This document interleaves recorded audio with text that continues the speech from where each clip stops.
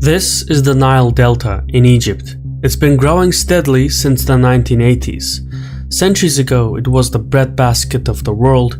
Now, not so much. Egypt is one of the largest importers of strategic crops such as maize, corn, wheat, and vegetables. Food security is waning thinly, and the bill for importing food amounts to $15 billion annually. Boosting agricultural yield would resolve the issue, but space is running out. There isn't enough arable land in the country to keep pace with its demographics. Egypt is growing at approximately 2 million people a year. Consumption and urban landscapes grow faster than infrastructures can cope. So, to meet its urban population growth and reduce the gap between food production and consumption, Egyptian lawmakers are opting for multiple terraforming projects to create arable lands and new cities. Lawmakers in Cairo make lofty promises, saying that deserts will turn into farmland. But just how feasible is this plan? Because an ambition without a plan might as well be a prayer.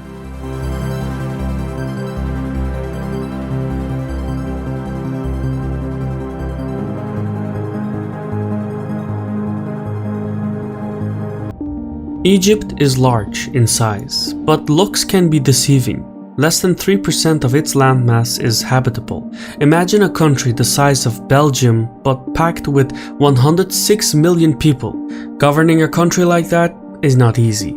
So reclaiming land in the desert, turning sterile sand into livable land, has always been an objective. Doing so would allow the state to redistribute its population over a larger environment and ease pressure on its urban areas.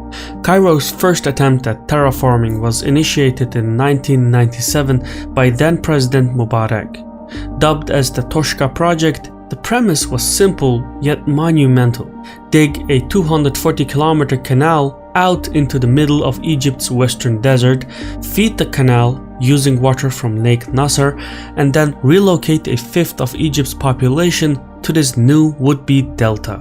As far as megaprojects go, the Toshka project was not shy of ambition. The final bill would eclipse $70 billion, so to spare itself the burden of financing the investments needed, Egyptian lawmakers would reach out to private investors. On paper, the project would have brought about new economic development and eased Egypt's overpopulation and unemployment.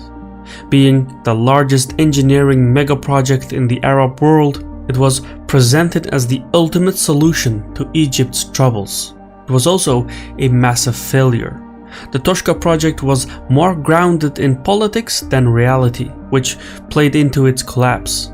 First, as work commenced, high saline levels mixed with groundwater aquifers and reduced access to fresh water.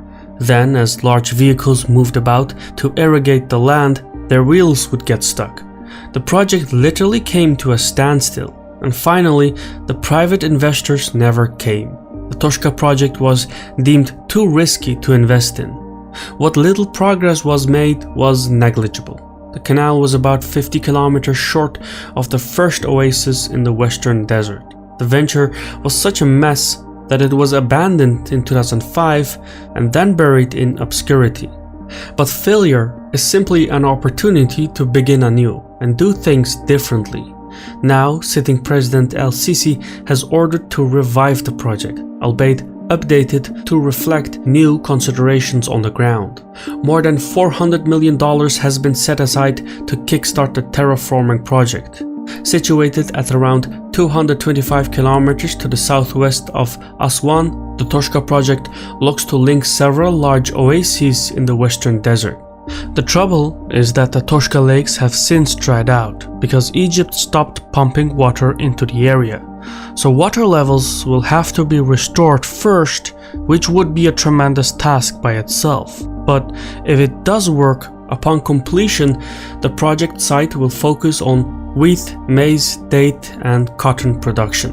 The total size will be a little over 6,000 square kilometers, which is about the size of the West Bank and Gaza Strip combined. But the renewed Toshka project is only part of the larger picture. a lot has changed since the original blueprint. Egypt's population has jumped from 64 million in 1997, when the Toshka project was launched, to 106 million in 2021. That's an astonishing increase of 42 million citizens. The result is more mouths to feed and less room to accommodate a growing population. Urbanization has done a number on the available plot of land in Egypt, especially in the Nile Delta. Cairo's objective in its terraforming endeavors is threefold: offset the loss of arable land to achieve food security, make additional space available for Egypt's rapidly growing population, and reduce the bill for importing essential goods from abroad. As follows, reclamation projects, turning desert into farmland, are being implemented nationwide.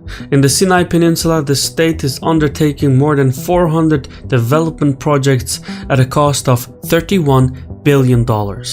New cities are being constructed, fitted with industrial and agricultural sites, as well as schools, hospitals, and infrastructure programs.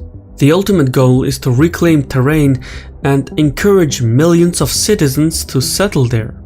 Elsewhere, in different parts of Egypt, the state is working on setting up 100,000 greenhouse facilities that will strengthen food security and meet the needs of roughly 20 million citizens. It's the most significant greenhouse project in the Middle East, and one very much needed considering Egypt's population growth, which will eclipse 160 million citizens by 2060.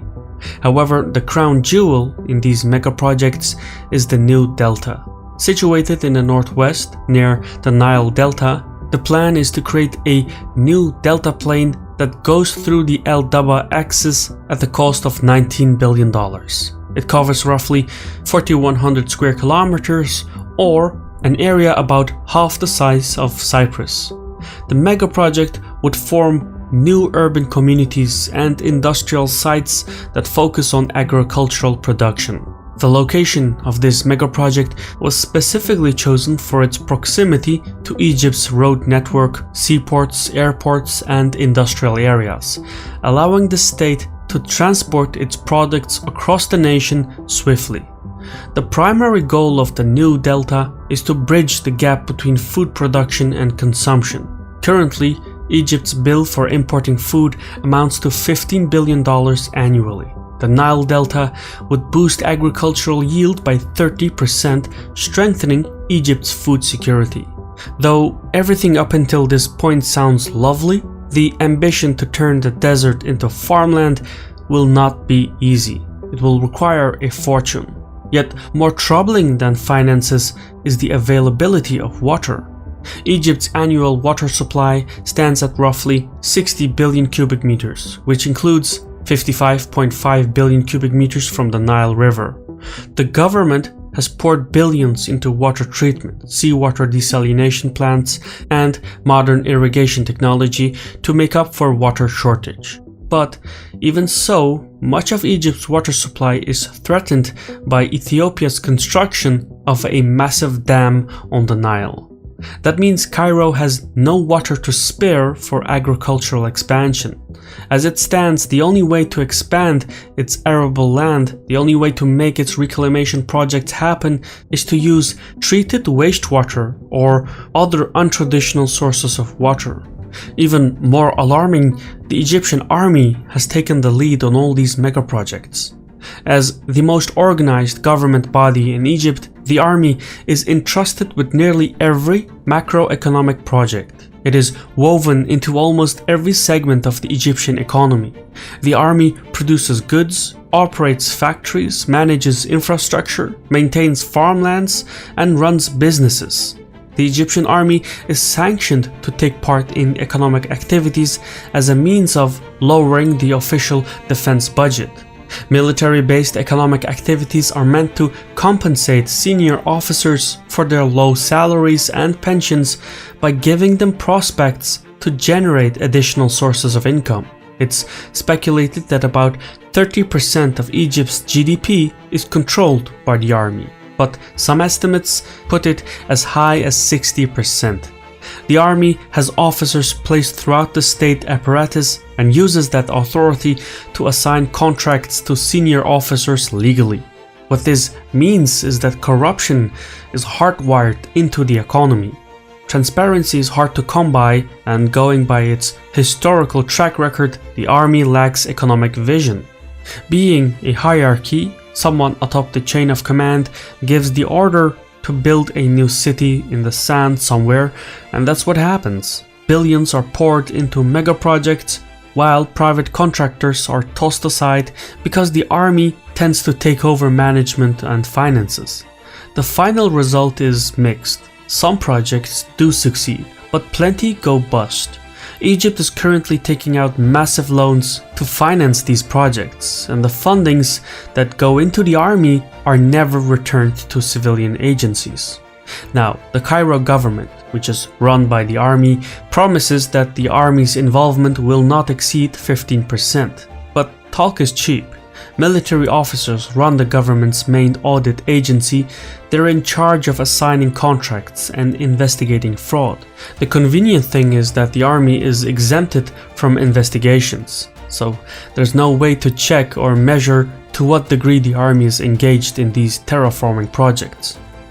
By any means, Egypt tends to make history again and again. El-Sisi's flagship projects aim to give him legitimacy, to promote his government as the sole agency capable of saving Egypt, offsetting his increasingly authoritarian rule. His mega projects are one of the few saving graces for the state. Yet, when plunder becomes a way of life for a group of people in a society, over time they create for themselves a legal system that recognizes it and a moral code that glorifies it. I've been your host Shirvan from Caspian Report. If you like what we do, leave a comment and hit the like button. And if you feel like doing more, consider joining our YouTube membership program or Patreon platform. Thank you for watching, and Savol.